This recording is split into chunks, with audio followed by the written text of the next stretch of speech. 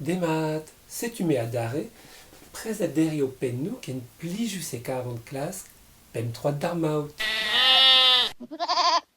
Probab pialioù souezus ur vechal. Erio emañ o vant da welout ur guden evel un tamm o zinimant tiol, met kalz simplor. Da gental a kaomp eus kemen a botred hag a verc'het. Setu ti ur familh gant daou vugel. Skor mouz an nor, ur pot a zigor an ei, pegen probab eo ez eo an eil bugel ur plac'h. Evel just ma savant ar goulenn e talvez ez eus un toull trap. Ha ne ket ur chans diwar zio.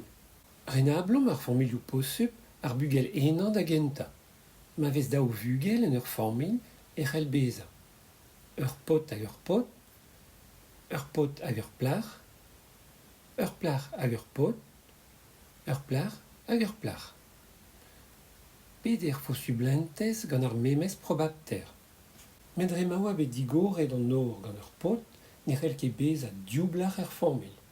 Neuze ne chom nemet ter fosu blentez. Ma vez daou bot, am sur eo an eil bugel ur pot. Ma vez ur pot hag ur plac'h, dre ma oa bet digoret an nor gant ar pot, eo ur plac'h ar bugel a chom. Ha memez tra gant ur plac'h hag ur pot.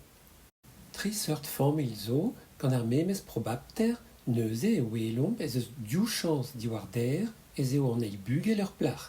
Souezus, n'eo ket ta?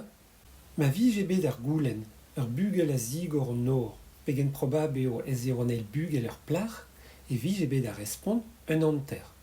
Met gouzout ez eo ur pot a zigor an nor a chech an traoù, hag ar probabterioù da heul. Eler pe varfat rom familh posupl ne chom nemet tri. Hag an nor ne c'hell ket bezañ digoret gant forzh peseurt bugel. Mizer hor bez gant ar probabterioù. Ha n'eo ket echu. Ur chans diwar unan zo e tistroin gant skouerioù all. Kenavo!